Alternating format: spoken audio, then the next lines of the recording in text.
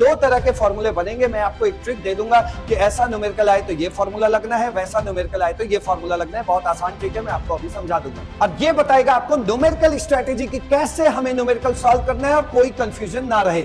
लेकिन अगर कोई थ्योरेटिकल क्वेश्चन आ गया, थ्योरेटिकल, तो आप सिर्फ इसी फॉर्मूले से इसका मतलब अगर हमें किसी गैस का हेनरी कांस्टेंट दिया, हेनरी कांस्टेंट की वैल्यू दिया, तो जिस गैस का हेनरी कांस्टेंट की वैल्यू ज्यादा होगी तो ऐसा कंपोजिशन जिस पर सॉल्यूट और सॉल्वेंट दोनों एक ही टेंपरेचर पर उबलने लगे, इस तरह के कंपोजिशन से बने हुए सॉल्यूशन को हम तो इसकी सॉल्वेबिलिटी सबसे ज्यादा होगी। ये हो गया सॉल्वेबिलिटी का ऑर्डर। ये क्वेश्चन देखो AIPMT 2008 का पूछा हुआ क्वेश्चन है। कह रहे जिस गैस का KH वैल्यू ज्यादा होगा उसकी सॉल्वेबिलिटी कम होगी। यहीं से समझ में आ गया। हेलो एवरीवन, आज इस सेशन में हम लोग लिक्विड सॉल्यूशन चैप्टर के दो बचे हुए टॉपिक को फटाफट कवर करने जा रहे हैं और वो है हेनरीज लॉ एंड एजियोट्रोपिक मिक्सचर। इस हेनरीज लॉ एंड एजियोट्रोपिक मिक्सचर को कवर कर लेने के बाद हमारा ये लिक्विड सॉल्यूशन चैप्टर आज खत्म हो जाएगा। हमें इस सेशन में हेनरीज लॉ और एजियोट्रोपिक मिक्सचर के कॉन्सेप्ट को फटाफट समझना ही है। साथ ही साथ हमें यह भी देखना है कि इस पर बेस्ड किस तरह के क्वेश्चन आपके नीट एग्जाम में आए हुए हैं और उन नीट एग्जाम में आए हुए क्वेश्चंस या इस पर बेस्ड क्वेश्चंस के लिए हमें कौन से टिप्स, ट्रिक्स एंड स्ट्रेटेजी को फॉलो करना है। तो चलिए फटाफट कवर करते हैं। सबसे पहले स्टार्ट करते हैं हेनरी लॉ, उसके बाद आपको सिखाया जाएगा एजियोट्रोपिक मिक्सचर क्या होता है। तो हेनरी लॉ, आपको भी पता है हेनरी एक साइंटिस्ट है और उन्होंने हमें इस लिक्विड सॉल्यूशन चैप्टर में किस बात की जानकारी दी। हेनरी लॉ से हमें यह समझ में आता है कि कोई गैस किसी लिक्विड में कितना सॉल्युबल हो सकती है, कोई गैस किसी लिक्विड सॉल्यूशन में कितना घुल सकती है, इसके बारे में हमें हेनरी भाई साहब ने जानकारी दी है। जैसे आप कोल्ड ड्रिंक पीते हैं, थम्स अप, कोका कोला, उसका जैसे ही ढक्कन खोलते हैं तो आप देखते हैं कुछ गैस बाहर निकलती है, तो ये वही गैस है जो उस लिक्विड में डिसॉल्व थी। तो बेसिकली हमें इसी की कितना गैस किसी लिक्विड में डिसॉल्व हो सकती है, इसके बारे में जानकारी दी है हमें हेनरीज लॉ ने। हेनरीज लॉ के स्टेटमेंट, दो तरीके के स्टेटमेंट है। एक स्टेटमेंट आपके सामने यहां दिखाई दे रहा है, एक स्टेटमेंट ये बनेगा। इन दोनों को समझने के लिए पहले फटाफट जरा समझिएगा। हमने एक खाली कंटेनर लिया, ठीक है, एक खाली कंटेनर है। इस कंटेनर में हमने एक पिस्टन लगा दिया है। पहले इस कंटेनर, खाली कंटेनर में हमने लिक्विड भर लिया, ठीक है, कोई भी लिक्विड भर लिया और इसमें हम लोगों ने एक पिस्टन लगा दिया। मूवेबल पिस्टन है जो ऊपर नीचे जा सकती है। ये पिस्टन नीचे भी आ सकता है, ये पिस्टन ऊपर भी जा सकती है। एक मूवेबल पिस्टन लगा दिया और साथ में अपने एपरेटस से ऐसे इस तरीके का कनेक्शन किया कि हम इसमें गैस भर सके, गैस बाहर ना जाए, गैस हम भर सके। तो हमने सबसे पहले खाली क्या लिया, कंटेनर लिया, उसमें हमने लिक्विड भर लिया और उसमें एक पिस्टन लगा दिया है, मूवेबल पिस्टन, और उसमें हम गैस भर रहे हैं। ठीक है भाई, गैस भर रहे हैं। अब जरा ध्यान से समझिएगा, अगर हम इस पिस्टन को नीचे ले जाए या हम इस पिस्टन के ऊपर वेट रख दें, सपोज हमने 1 kg का वेट रख दिया। अब 1 kg का वेट रखेंगे तो ये पिस्टन नीचे आएगा। ये पिस्टन जब नीचे आएगा तो वो इस गैस पे प्रेशर डेवलप करेगा और जैसे इस गैस पे प्रेशर डेवलप हुआ तो ये गैस के पार्टिकल इस लिक्विड में जाकर सॉल्युबल होने लगेंगे। ज्यादा सॉल्युबल नहीं होते हैं लेकिन सॉल्युबल तो होंगे। अब आपने क्या किया, और वेट बढ़ा दिया, 1 किलो वेट आपने और बढ़ा दिया, तो पिस्टन और नीचे आएगा। जब पिस्टन और नीचे आएगा तो और गैस इसके अंदर घुलने लगेंगे। तो हेनरीज ने हमें यही सिखाया कि कितना गैस उसके अंदर घुलेगी ये इस बात पे डिपेंड होगा कि इसका यहां पर पार्शियल प्रेशर कितना है, इस गैस का प्रेशर कितना है। और इस गैस के ऊपर प्रेशर कौन बनाएगा, ये भाई साहब, ये पिस्टन जो बना रहे हैं ये। तो आपने किसी गैस के ऊपर जितना प्रेशर अप्लाई किया है, जितना प्रेशर अप्लाई किया है, उसी प्रोपोर्शनल में ये जो गैस है उस लिक्विड के अंदर क्या होगी, सॉल्युबल होगी। क्लियर हुआ? तो इसके फर्स्ट स्टेटमेंट को हम लोग समझते हैं। फर्स्ट स्टेटमेंट कहा है कि किसी गैस का कितना मास उस लिक्विड में डिसॉल्व होगा, किसी गैस का कितना मास उस लिक्विड में डिसॉल्व होगा, वो इस बात पे डिपेंड करेगा कि उस गैस का वहां पे पार्शियल प्रेशर कितना है। उम्मीद करते हैं आप ये समझ गए होंगे। तो यही है हेनरी का first statement, mass of the gas dissolve in a liquid is directly proportional to partial pressure of gas in that chamber. Clear? तो यहां पे हमें यही सिखाया गया कि मास ऑफ द गैस, कितना उस गैस का कितना मास डिसॉल्व है, ये डिपेंड करेगा कि इस गैस का वहां पर उस चैम्बर में कितना पार्शियल प्रेशर है। अब इस प्रोपोर्शनलिटी कांस्टेंट को हटाने के लिए, हम लोग लेके आते हैं हेनरीज कांस्टेंट, जिसे हम लोग KH से रिप्रेजेंट करते हैं। तो ये KH इंटू P गैस हो गया। क्लियर हो गया? तो ये था हमारा हेनरीज का फर्स्ट स्टेटमेंट और ये न्यूमेरिकल को सॉल्व करने के वाला फॉर्मूला है, इसको भी तैयार करना है। दो तरह के फॉर्मूले बनेंगे। मैं आपको एक ट्रिक दे दूंगा कि ऐसा न्यूमेरिकल आए तो ये फॉर्मूला लगना है, वैसा न्यूमेरिकल आए तो ये फॉर्मूला लगना है। बहुत आसान ट्रिक है, मैं आपको अभी समझा दूंगा। यहां पर दूसरा क्वेश्चन आपसे पूछ सकता है ग्राफ के बारे में। अगर मैं आपसे कहूं कि जो गैस डिसॉल्व हुई है उसके और पार्शियल प्रेशर ऑफ गैस के बीच ग्राफ बनाओ, तो आपने यहां पे खुद ही लिखा है कि जितना वहां पार्शियल प्रेशर होगा उतना ही उसी प्रपोर्शन में वो जो गैस है वहां पे डिसॉल्व होगी। तो इसका ग्राफ तो भैया ऐसा बनने वाला है। क्यों ऐसा बना उसको देख लेते हैं। आपने वाई एक्सिस पे रखा है क्या, वाई एक्सिस पे आपने रखा है मास ऑफ द गैस और इसकी पावर कितनी है 1, और आपने एक्स एक्सिस पे क्या रखा हुआ है partial pressure of the gas, इसकी भी पावर 1 है। और जब कभी भी वाई और एक्स एक्सिस पे रखी हुई चीजों का पावर 1 होता है तो वो स्ट्रेट लाइन को फॉलो करता है। तो y इक्वल टू क्या हुआ mx प्लस सी, यही होती है स्ट्रेट लाइन की इक्वेशन। और यहां पे देखिए y equal to mx plus C, C के नाम पे कुछ है नहीं तो हम 0 मान सकते हैं। और ये सी है क्या, पॉजिटिव वाई एक्सिस पर इंटरसेप्ट, और इंटरसेप्ट की वैल्यू जब 0 होती है तो वो स्ट्रेट लाइन ओरिजिन से पास होती है। क्लियर हो गया। और यहां पर देखिए स्लोप, ये जो स्लोप है वो कैसा है, स्लोप पॉजिटिव है। स्लोप कैसा है, पॉजिटिव है। और पॉजिटिव स्लोप हमें क्या बताता है, पॉजिटिव स्लोप बताता है कि जो भी स्ट्रेट लाइन बनाना वो 90 डिग्री से कम पे बनाना। तो हमने जो भी स्ट्रेट लाइन बनाया है आप खुद देख सकते हैं 90 डिग्री से कम पे बनाया हुआ है। ठीक है, तो ये इसका ग्राफ बनेगा। और इसमें कोई पूछे कि स्लोप कितना है तो स्लोप की वैल्यू आप बता दीजिए कितना है, KH। जो हेनरीज कांस्टेंट की वैल्यू है वही इसके स्लोप की वैल्यू बनेगी। अब इसके न्यूमेरिकल के लिए कौन सा ट्रिक देना है वो न्यूमेरिकल के साथ हम आपको बताएंगे। हेनरीज लॉ का ये भी एक स्टेटमेंट है कि भाई जितना वहां पर पार्शियल प्रेशर डेवलप करोगे उतना ही गैस का मोल फ्रैक्शन उसके अंदर जाके घुलेगा। मोल फ्रैक्शन भी एक तरीके से कब्जा के बारे में बताता है, क्वांटिटी के बारे में बताता है कि उस गैस ने उस लिक्विड के अंदर कितना कब्जा किया है। तो यही बात है कि मोल fraction of gas dissolve, mole fraction of gas dissolved in a liquid is directly proportional to partial pressure of the gas। Simple same बात है, बस वो मास के टर्म में है, ये मोल फ्रैक्शन के टर्म में है।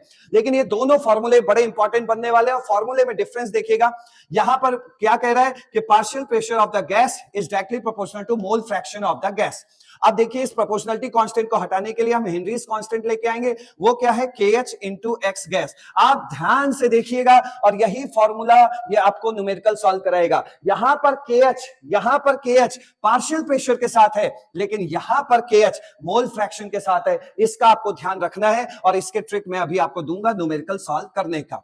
तो ये P gas equal to KH into X gas हो गया। और इसका भी ग्राफ अगर बनाओगे कि P गैस यहां रखा और ये जो मोल फ्रैक्शन ऑफ गैस आपने यहां रखा, तो इसका भी सेम पैटर्न से वही ग्राफ बनेगा। और यहां पर भी जो स्लोप आएगा वो कितना आएगा, क्या आएगा, KH आएगा। ठीक है भाई, तो ये चीज है, जैसा ग्राफ पहले सिखाया गया उसी तरीके से आप सोचेंगे तो ये ग्राफ आपका बन जाएगा इस तरह। अब ध्यान देने वाली बात क्या है, ध्यान देने वाली बात है कि देखो अगर जब आपके पास न्यूमेरिकल वाला क्वेश्चन आएगा तो ये भी फॉर्मूला लगेगा और ये भी फॉर्मूला लगेगा। ठीक है, दोनों फॉर्मूला लगेगा। लेकिन अगर कोई थ्योरेटिकल क्वेश्चन आ गया, थ्योरेटिकल, तो आप सिर्फ इसी फॉर्मूले से अपने थ्योरेटिकल क्वेश्चन को सॉल्व करेंगे। क्लियर हुआ पॉइंट। अब कैसे थ्योरेटिकल क्वेश्चन है, क्या हमें देखना है उस चीज को आइए मैं फटाफट बताता हूं। यहां पर आपको सिखाई जा रही है स्ट्रेटेजी, जरा ध्यान से एक बात को समझिए। मान लीजिए अगर हमने बोला कि 5 ग्राम गैस लिक्विड के अंदर प्रेजेंट है, घुली हुई है, तो इसका मतलब मैं आपसे पूछूं कि कितना गैस सॉल्युबल है, तो आप कहेंगे सर 5 ग्राम गैस सॉल्युबल है। तो इसी तरह सॉल्युबिलिटी को हम लोग किस किस टर्म में बता सकते हैं। आपसे न्यूमेरिकल में पूछता है किसकी सॉल्युबिलिटी बताओ, तो आप वहां पे अगर आपने मास निकाल लिया तो ये मास भी क्या होगा, सॉल्युबल होगा। ठीक है, मतलब आपसे पूछ रहे हैं कि कितना गैस सॉल्युबल है। आपने वहां पे क्वेश्चन में न्यूमेरिकल सॉल्व करते समय आपने मास निकाला और मास निकल के आ गया 5 ग्राम, तो आप कहेंगे 5 ग्राम गैस सॉल्युबल है। इसका मतलब हम सॉल्युबिलिटी को किस किस टर्म में रिप्रेजेंट कर सकते हैं, मास के टर्म में रिप्रेजेंट कर सकते हैं, कॉन्सेंट्रेशन के टर्म में रिप्रेजेंट कर सकते हैं, या फिर मोल फ्रैक्शन के टर्म में रिप्रेजेंट कर सकते हैं। क्लियर हो गया, ये पॉइंट कॉन्सेप्ट क्लियर करना आपका जरूरी था। अब यहां से मैं आपको जो ट्रिक देने जा रहा हूं वो ट्रिक क्या है कि कोई भी थ्योरेटिकल क्वेश्चन आए, थ्योरेटिकल क्वेश्चन में सबसे पहले आपके सामने देखिए 2 फॉर्मूला मैंने आपको बताया है। पहला क्या बताया है, mass of the gas equal to KH into partial pressure of the gas, ये बताया है। और दूसरा क्या बताया है, P gas equal to KH into X gas. देखिए भाई, थ्योरेटिकल क्वेश्चन में आप सिर्फ थ्योरेटिकल क्वेश्चन का आंसर इसी से देंगे, उससे नहीं देंगे। और इन दोनों का यूज सिर्फ न्यूमेरिकल में होगा, लेकिन थ्योरेटिकल क्वेश्चन में सिर्फ आप इससे जवाब देंगे। यहां पर मोल फ्रैक्शन क्या बता रहा है, ये मोल फ्रैक्शन ऑफ द गैस क्या बता रहा है, सॉल्युबिलिटी को ही तो बता रहा है। तो अब ध्यान से देखिएगा, मोल फ्रैक्शन ऑफ गैस का मतलब सॉल्युबिलिटी की बात हो रही है। अब देखिए मोल fraction of gas, x gas क्या बनेगा, P गैस अपॉन KH। यहां से एक्स गैस को थोड़ी देर तक के लिए मोल फ्रैक्शन ऑफ गैस मत बोलिए, इसको बोलिए सॉल्युबिलिटी। तो यहां से समझ में आएगा कि solubility is inversely proportional to Henry's constant. Solubility is inversely proportional to Henry's constant. इसका मतलब अगर हमें किसी गैस का हेनरी कांस्टेंट दिया, हेनरी कांस्टेंट की वैल्यू दिया, तो जिस गैस का हेनरीज कांस्टेंट की वैल्यू ज्यादा होगी उस गैस का किसी लिक्विड के अंदर सॉल्युबिलिटी कम होगी। ये मिलेगा आपको पहला नीट का क्वेश्चन। क्लियर हो गया यहां से। अब बढ़ते हैं थोड़ा सा और आगे। यहां से भैया पूरा पॉइंट एकदम क्लियर रखना, जिस गैस का हेनरीज कांस्टेंट की वैल्यू ज्यादा होगी वो गैस कम घुलेगी। Mole fraction is inversely proportional to क्या, KH। और मोल फ्रैक्शन से हम क्या बताते हैं, सॉल्युबिलिटी। इसको थोड़ी देर यहां सॉल्युबिलिटी महसूस कर लेना, सॉल्युबिलिटी प्रोपोर्शनल टू 1/KH। और हर गैस की हेनरीज कांस्टेंट की वैल्यू अलग अलग होती है। आइए नेक्स्ट पॉइंट समझते हैं। अब ये बताएगा आपको न्यूमेरिकल स्ट्रेटेजी की कैसे हमें न्यूमेरिकल सॉल्व करना है और कोई कंफ्यूजन ना रहे। ध्यान से समझिएगा, न्यूमेरिकल में ये दोनों फॉर्मूले यूज होंगे। डिपेंड करेगा कि वहां पे KH का यूनिट क्या दिया है। ध्यान से देखिए, अगर आप ये फॉर्मूला चाहते हैं तो ये फॉर्मूला क्या होगा, M गैस बराबर KH इंटू P गैस। ये हेनरी का फर्स्ट लॉ था। यहां पर अगर आप KH देखेंगे तो क्या हो जाएगा, मास ऑफ गैस, और ये P गैस नीचे आ जाएगा, यानी मास of gas upon P gas, यानी कि मास की यूनिट और प्रेशर इनवर्स। यानी कि जहां KH में प्रेशर की यूनिट इनवर्स में आ रही होगी वहां पे आपको ये फॉर्मूला लगाना है। सपोज किसी न्यूमेरिकल में KH की वैल्यू दी है 2 ग्राम पर ATM, तो 2 ग्राम पर ATM का मतलब क्या हुआ, 2 ग्राम ATM इनवर्स। तो जैसे ही आपको दिखे KH की यूनिट में प्रेशर इनवर्स, तो समझ लीजिएगा कि आपको ये वाला फॉर्मूला लगाना है वहां पे। नाउ दूसरा, यहां पर देखिए P गैस बराबर KH इंटू X गैस होता है, तो यहां पर KH क्या होगा, P gas by X gas. X gas तो कोई भाई यूनिट लेस होता है, मोल फ्रैक्शन की तो कोई यूनिट होती नहीं है, तो यहां KH की यूनिट किस में आएगी, प्रेशर के यूनिट में आएगी। किस में आएगी, प्रेशर के यूनिट में आएगी। तो यहां क्या है, प्रेशर इनवर्स, और यहां क्या है, डायरेक्टली प्रेशर, है ना।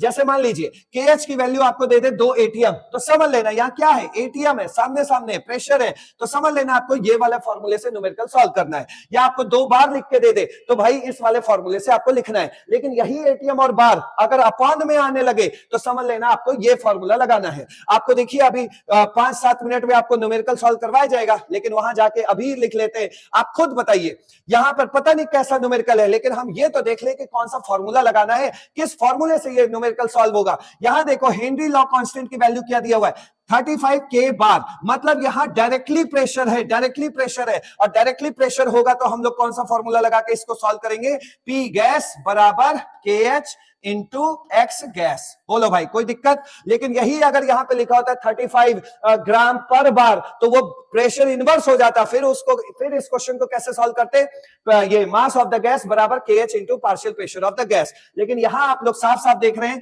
कि डायरेक्टली प्रोपोर्शनल टू प्रेशर आ रहा है, प्रेशर की यूनिट डायरेक्टली प्रोपोर्शनल है, तो आपको इस फॉर्मूले से इसको सॉल्व करना है। एक क्वेश्चन और देखो, इसमें क्या दिया हुआ है, हाँ KH की यूनिट दिया हुआ है 1670 बार। देखिए फिर से ये प्रेशर की यूनिट ऐसे दिया हुआ है। जब भी प्रेशर की यूनिट डायरेक्टली में दिया हो तो समझ लेना कौन सा फॉर्मूला लगाना है, कौन सा फॉर्मूला लगाना है, P गैस बराबर KH into X gas. Clear हो गया।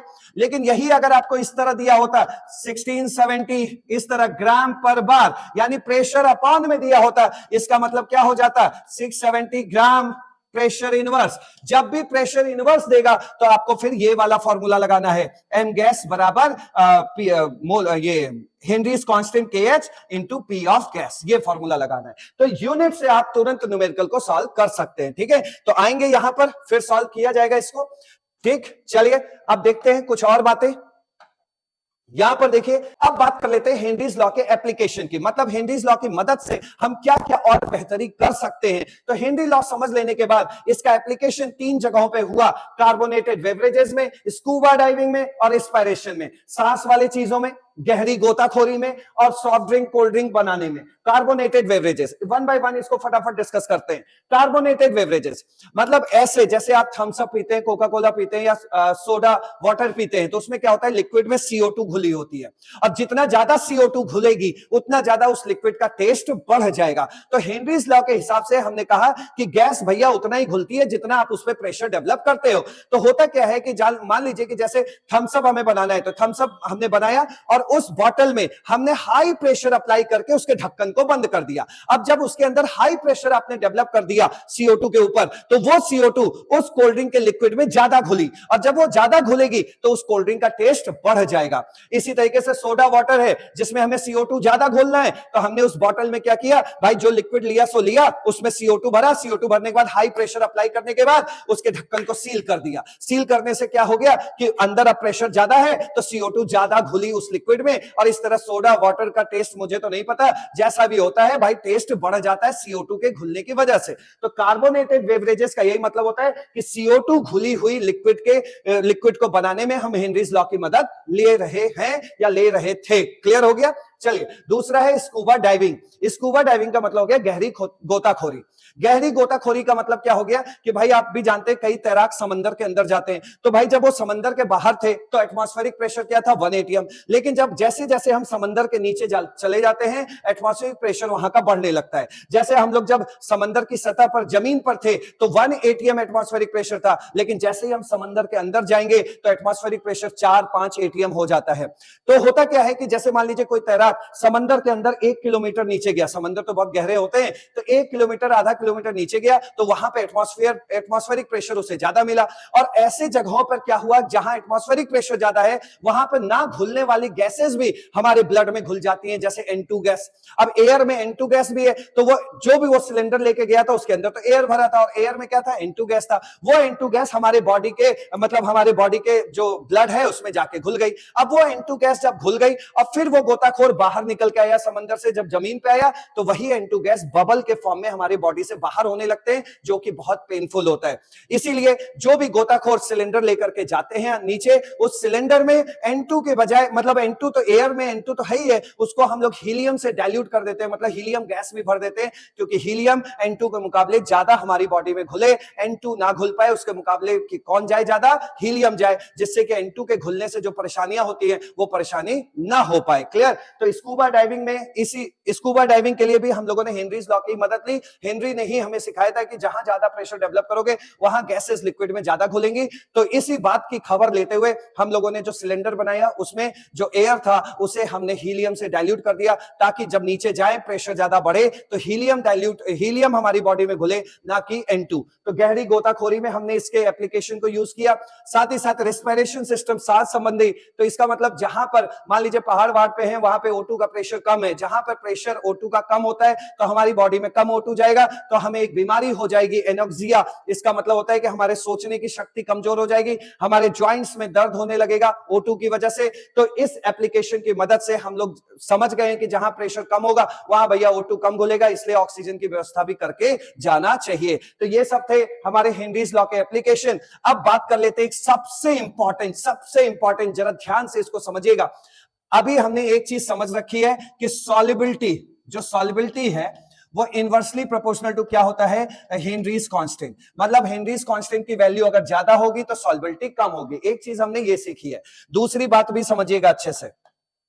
मान लीजिए किसी लिक्विड में हमें किसी गैस को सॉल्युबल करना है, ठीक है? तो ये प्रोसेस क्या हुआ, सॉल्युबिलिटी। क्या प्रोसेस का नाम दोगे, सॉल्युबिलिटी।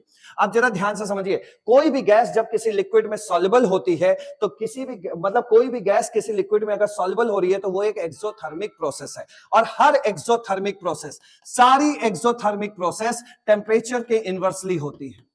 तो यहां पर जो भी गैस अगर लिक्विड में डिसॉल्व हो रही है तो वो एक एक्सोथर्मिक प्रोसेस है, और उस प्रोसेस का नाम क्या है, सॉल्युबिलिटी। तो सॉल्युबिलिटी किसी गैस की लिक्विड में सॉल्युबिलिटी एक्सोथर्मिक प्रोसेस होती है। तो इसका मतलब सॉल्युबिलिटी, क्या स्पेलिंग लिख दिया, सॉल्युबिलिटी, एक मिनट।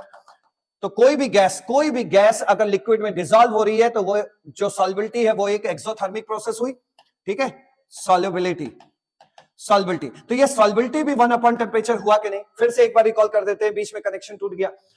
कोई भी गैस अगर लिक्विड में डिसॉल्व होती है तो वो एक एक्सोथर्मिक प्रोसेस है, और गैस का लिक्विड में डिसॉल्व होने के प्रोसेस का नाम आपने क्या दिया, सॉल्युबिलिटी। तो एक तरीके से सॉल्युबिलिटी क्या हुई, एक्सोथर्मिक प्रोसेस हुई, और हर एक्सोथर्मिक प्रोसेस टेम्परेचर की इनवर्सली होती है। मतलब अगर आप टेम्परेचर बढ़ाएंगे तो सॉल्युबिलिटी क्या हो जाएगी, कम हो जाएगी, ठीक है? तो क्या हम यहां से ये चीज बना सकते हैं कि टेम्परेचर बढ़ाएंगे, ठीक है, टेम्परेचर अगर हम बढ़ाएंगे तो KH की वैल्यू बढ़ेगी, टेम्परेचर बढ़ाएंगे KH की वैल्यू बढ़ेगी और सॉल्युबिलिटी घटेगी। ये आपको थ्योरेटिकल क्वेश्चन में पूछा जा सकता है, तैयार रहिएगा, इसके लिए तैयार रहिएगा। ध्यान से देखिए, टेम्परेचर बढ़ा रहे हैं, सॉल्युबिलिटी घट रही है, टेम्परेचर बढ़ा रहे हैं, सॉल्युबिलिटी घट रही है, सॉल्युबिलिटी घट रही है। और यहां भी देखो KH बढ़ा रहे हो, सॉल्युबिलिटी घट रही है, KH बढ़ा रहे हैं, सॉल्युबिलिटी घट रही है। तो ये आपको कॉपी में नोट करना है। क्लियर? अब देखिए इनके क्वेश्चंस को देखते हैं। क्वेश्चन में क्या कहता है ये देखिए, ये जेईई मेंस 2019 का पूछा हुआ क्वेश्चन है। Which one of the following statement regarding Henry's law is not correct. Not पे पहले अंडरलाइन कर लेना है। और ये 40 क्वेश्चन के सीरीज में क्वेश्चन नंबर 39 है। ठीक है, थ्योरेटिकल क्वेश्चन है। यहां जो हमने सीखा है लिख लें जरा। टेम्परेचर बढ़ाएंगे तो KH की वैल्यू क्या होती है, बढ़ती है, और सॉल्युबिलिटी ओवरऑल इन दोनों के बढ़ने से, टेम्परेचर बढ़ाओ चाहे KH बढ़ाओ, यानी कि मतलब KH अगर बढ़ रही है या टेम्परेचर बढ़ रहा है तो सॉल्युबिलिटी क्या होगी, घटेगी। ठीक है, तो देखते हैं कौन कौन से ऑप्शंस दिए हैं। सबसे पहले देखिए, higher the value of KH at a given pressure higher is the solubility of the gas in liquids। ये गलत हो गया। KH ज्यादा होने पर किसी गैस का KH, जिस गैस का KH वैल्यू ज्यादा होगा उसकी सॉल्युबिलिटी कम होगी। यहीं से समझ में आ गया। तो ये वाला पॉइंट नॉट करेक्ट है। Different gases have different KH values at the same temperature. हाँ, मैंने आपको ये सिखाया था अभी थ्योरी पढ़ाते समय कि भैया हर गैस का अपना अपना KH वैल्यू होता है। अगला, the partial pressure of the gas in vapor phase is proportional to the mole fraction of the gas in the solution। हाँ, ये हेनरीज का सेकंड लॉ ही सीखा था। P gas directly proportional to mole fraction of gas होता है, ये अभी सीखा था। अगला, the value of KH increases with increase in temperature। हाँ भाई, टेम्परेचर बढ़ाओगे तो KH की वैल्यू भी क्या होगी, बढ़ेगी। क्लियर हो गया पॉइंट? ये साफ साफ हमें यहां से दिख ही रहा है। तो इनकरेक्ट ऑप्शन कौन हुआ, A। तो फाइनल आंसर क्या हुआ इसका, A वाले में जो भी स्टेटमेंट लिखा है वो सही नहीं है। आगे बढ़ते हैं। न्यूमेरिकल्स के लिए आपको वहां पे प्रेशर की यूनिट पे कमांड रहना चाहिए। वैसे भी आप फिजिक्स के स्टूडेंट हैं तो भैया ये प्रेशर के यूनिट तो आपको पता ही है। 1 ATM लगभग 1 बार के बराबर होता है, लगभग बराबर ही मानिए। तो 1 ATM लगभग 1 बार के बराबर होता है, या 760 mmHg, 760 टॉर, या फिर 1 ATM इक्वल टू 101325 पास्कल होता है। ये कन्वर्जन आपके दिमाग में रहना चाहिए। ठीक है, अब आइए न्यूमेरिकल पे चलते हैं। न्यूमेरिकल में क्या कह रही है, एनसीईआरटी का क्वेश्चन है, एग्जांपल बन के आया आपके सामने। Find the mass of dissolve O2 gas 180 gram water. पानी के अंदर में O2 डिसॉल्व बताना है कि कितना O2 डिसॉल्व हुआ है। इफ द पार्शियल, ये पार्शियल लिखा हुआ है, if the partial pressure of gas is 2 ATM, यानी P ऑफ गैस दिया हुआ है, पार्शियल प्रेशर ऑफ O2 दिया हुआ है आपको अबव H2O, और KHO2 बराबर दिस। देखिए भाई अगर KH की यूनिट प्रेशर में हुई, प्रेशर में, डायरेक्टली प्रेशर में, तो आपको फॉर्मूला लगाना है क्या, P गैस बराबर KH इंटू X गैस। ये सिखाया था आपको। लेकिन अगर प्रेशर की यूनिट, KH की यूनिट प्रेशर इनवर्स में दी होती तो हम यहां पे फॉर्मूला लगा रहे होते M गैस बराबर KH इंटू P गैस। ठीक, अब तो आपको समझ आ गया होगा कि कौन सा फॉर्मूला लगाना है। ध्यान से देखिए, KH की यूनिट किस में दिया है, प्रेशर में दिया है, प्रेशर में। तो आपको यही वाला फॉर्मूला लगाना है, P गैस यानी कि P ऑफ O2 ले लेते हैं, P गैस बराबर KH into mole fraction of O2। Clear हो गया, मोल फ्रैक्शन ऑफ O2। यहां पे एक काम करिए, पूरा क्वेश्चन देखिए A और B के फॉर्म में है, तो O2 को आप मान लेंगे B। ठीक है, जो सॉल्यूट टाइप से काम करेगा तो उसको B। पूरे चैप्टर में हमने सॉल्यूट को B से माना है और सॉल्वेंट को A से माना है, तो आप पानी को मान लेना A। ठीक है, चलिए, तो यहां पर आपको यही बताना है B के बारे में, यानी फॉर्मूला लिख लेते हैं कि पार्शियल प्रेशर ऑफ B बराबर KH into mole fraction of B। ठीक, अब यहां से देखिए भाई, KH की यूनिट बार में दिया है लेकिन प्रेशर ATM में दिया है, तो आपको तो पता है ना 1 ATM 1 बार के लगभग बराबर होता है कि नहीं, 1 बार के बराबर। तो इस तरह 2 ATM भी किसके बराबर हो जाएगा, 2 बार के बराबर हो जाएगा। तो भाई आपने या तो इसको कन्वर्ट कर लो या तो इसको कन्वर्ट कर लो, एक ही बात है। तो हमने 2 ATM को 2 बार समझ लिया, तो यहां पर लिख दिया 2 बार, 2 बार इक्वल टू KH 35। किलो वगैरह में लिखना नहीं है आपको, किस में लिखना है, सिंपल बार में लिखना है। तो किलो का मतलब 10 की पावर 3, और ये हो गया बार, और बगल में हो गया मोल फ्रैक्शन ऑफ O2। ये हो गया भाई। अब देखिए क्वेश्चन में क्या कह रहा था कि कितना O2 घुला है वो बताना है। देखिए यहां पर क्या होता है कि find the mass of dissolve O2। जैसे मास पूछा तो स्टूडेंट के अंदर आएगा, अरे मास वाला फॉर्मूला लगा दे क्या। मैं आपको बार बार कह रहा हूं कि KH की यूनिट से आप संभालेंगे चीजों को कि कौन सा फॉर्मूला लगाना है। तो ये हो गया। तो यहां पर मोल फ्रैक्शन ऑफ O2 बराबर क्या आएगा, 2/35 इंटू 10 की पावर 3। इतना आ गया। अब इसको खोलना स्टार्ट कर दीजिए। मोल फ्रैक्शन क्या होता है, उसका मोल अपॉन सबका मोल। आप भी जानते हैं हैं कि जो गैसेस होते हैं वो लिक्विड में ज्यादा नहीं घुलती हैं, थोड़ा बहुत ही घुलती हैं। तो इस तरह आप इसको यहां से नेग्लेक्ट कर सकते हैं, मतलब O2 को पानी के मुकाबले में O2 को नेग्लेक्ट कर सकते हैं। जब नेग्लेक्ट करेंगे तो क्या आएगा, O2 का मोल ये और नीचे पानी का मोल ये, इस तरह आ जाएगा बराबर। ये तो चलता ही आ रहा है, मोल फ्रैक्शन बराबर इतना हम लोगों ने निकाल के रखा है, मोल फ्रैक्शन बराबर इतना वो यहां पे रखा हुआ है, ठीक है। अब यहां पे आपने मोल क्या होता है भाई, given mass by molar mass, given mass WO2, ठीक है, अपॉन O2 का मोलर मास 32, नीचे गिवन मास 180, ठीक, अपॉन H2O का मोलर मास 18। जब ये सॉल्व करोगे तो जितना O2 घुला है वो आपको पता चल जाएगा। क्लियर? तो इस तरह सॉल्व करना है। मेन स्ट्रेटेजी है कि फॉर्मूला कौन सा आप लगा रहे हैं। क्लियर? आइए नेक्स्ट क्वेश्चन देखिएगा। नेक्स्ट क्वेश्चन को देखो, यहां पर कह रहा है calculate partial pressure of CO2 gas above it's 0.05 m aqueous solution at 298 kelvin. कहने का मतलब है कि भैया एक डब्बे के अंदर में हमने पानी भर रखा था और इसमें जब CO2 घोला तो एक सॉल्यूशन बना, CO2 को घोलने के बाद पानी में एक सॉल्यूशन बना और उस सॉल्यूशन की मोलालिटी दी है 0.05 m और आपसे पूछ रहा है कि इस CO2 को किस पार्शियल प्रेशर पे घोला गया होगा जिससे कि इसका कंसंट्रेशन इस सॉल्यूशन का 0.05 m है। सिंपल ये क्वेश्चन पूछ रहा है आपसे। सबसे पहले एक बात बताइए, यहां पर बताइए कि पहले पार्शियल प्रेशर ऑफ CO2 निकालना है, पार्शियल प्रेशर ऑफ CO2 आपको निकालना है तो कौन सा फॉर्मूला लगाएं, पहला वाला या दूसरा वाला? तो KH की यूनिट देखो, प्रेशर डायरेक्टली प्रोपोर्शनल टू क्या है, प्रेशर है। प्रेशर है तो कौन सा फॉर्मूला लगेगा, पार्शियल प्रेशर ऑफ गैस बराबर KH into mole fraction of gas. Clear हो गया, मोल फ्रैक्शन ऑफ गैस। तो यही पार्शियल प्रेशर ऑफ CO2 आपको निकालना है, तो KH इंटू इसका मोल अपॉन पूरे जो नीचे की ओर जो पानी रखा गया है पानी और CO2 में, तो भाई इसका मोल अपॉन पानी का मोल। आप भी जानते हैं कि CO2 ज्यादा घुलेगे नहीं, इसको नेग्लेक्ट कर देना, नेग्लेक्ट कर देना। तो हमें तो चाहिए इन दोनों के मोल। अब इन दोनों के मोल कैसे निकालेंगे? जब भी आपके लिक्विड सॉल्यूशन चैप्टर में इस तरह करके दे तो सबसे पहला काम करना है इसको एक्सप्लेन कर लेना। जैसे 0.05 m aqueous solution, aqueous solution of CO2 को पानी में घोल के आपने सॉल्यूशन बनाया था, तो इसका मतलब क्या हुआ? इसका मतलब मोलालिटी क्या होता है, number of moles of solute dissolve पर केजी ऑफ सॉल्वेंट। तो इसका ये मतलब हुआ कि ये कुछ और नहीं, ये मोलालिटी दिया है नहीं, तो इसका मतलब हुआ 0.05 मोल नंबर ऑफ मोल्स किसका, जो सॉल्यूट है, number of moles of solute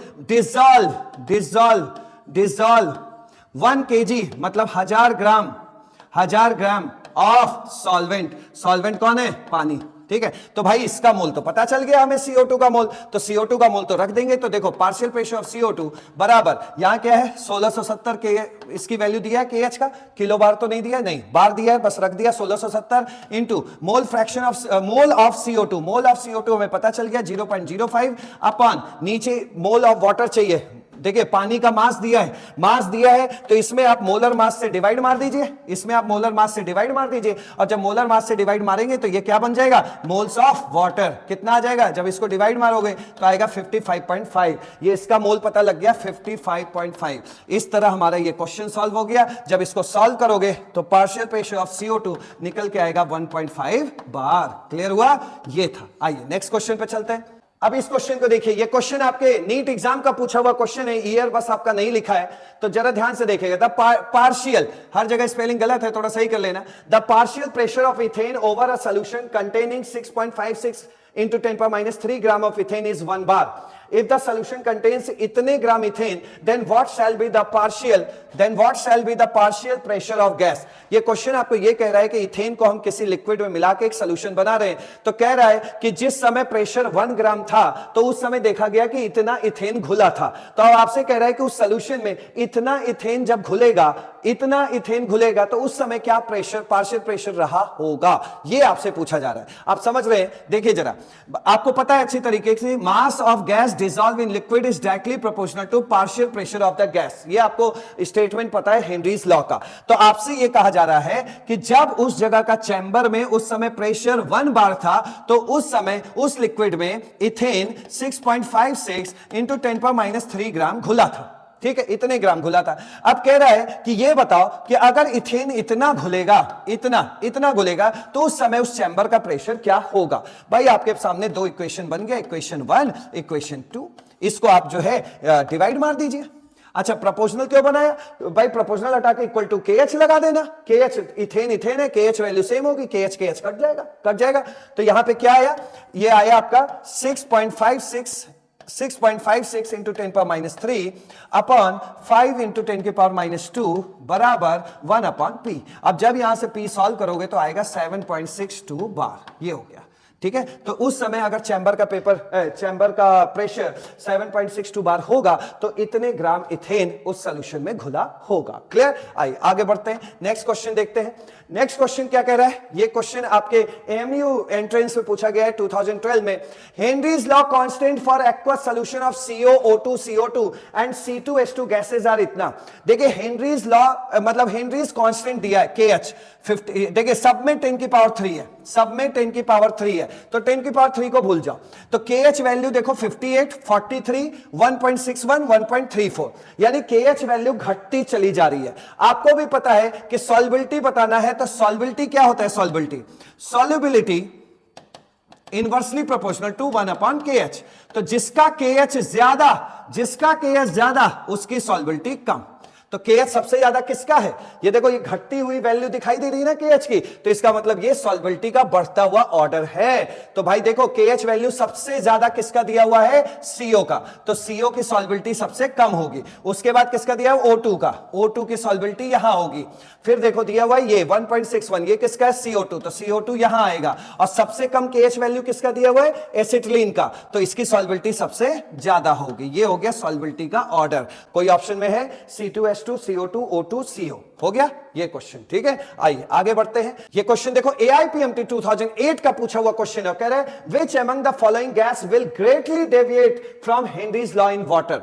एक बात समझ लीजिएगा, हेनरीज लॉ उन गैसेस के ऊपर एप्लीकेबल है जो लिक्विड में कम घुलती है। हेनरीज लॉ उस गैस के ऊपर एप्लीकेबल है जो लिक्विड में कम घुलती है। अगर लिक्विड में कोई गैस ज्यादा घुल रही है तो इसका मतलब वो हेनरीज लॉ के अकॉर्डिंग नहीं है, मतलब हेनरीज लॉ से आप काफी दूर भाग रहे हैं। तो अगर आप देखें इन चारों ऑप्शन में से H2, N2, CH4 and CO2, तो पानी के साथ सबसे अच्छा इंटरेक्शन आपको, पानी के साथ सबसे बढ़िया इंटरेक्शन आपको CO2 का देखने को मिलेगा, क्योंकि CO2 पानी के साथ मिलकर एक कंपाउंड बनाता है H2CO3। बाकी लोग पानी के साथ मिलकर कुछ नहीं बनाते हैं। CO2 पानी के साथ मिलकर के एक बिजनेस तैयार कर रहा है, इसका मतलब CO2 पानी में खूब घुला हुआ है, और जब खूब घुला हुआ है ये गैस, तो इसका मतलब इस पर हेनरीज लॉ बहुत बढ़िया अप्लाई नहीं हो रहा है। हेनरीज लॉ उन गैसेस के लिए एप्लीकेबल है जो कम घुलती हैं। क्लियर हो गया? तो CO2 ज्यादा घुलेगा, तो इसका मतलब इस पे हेनरीज लॉ अप्लाई नहीं हो रहा है। हेनरीज लॉ से आप काफी दूर निकल गए हैं।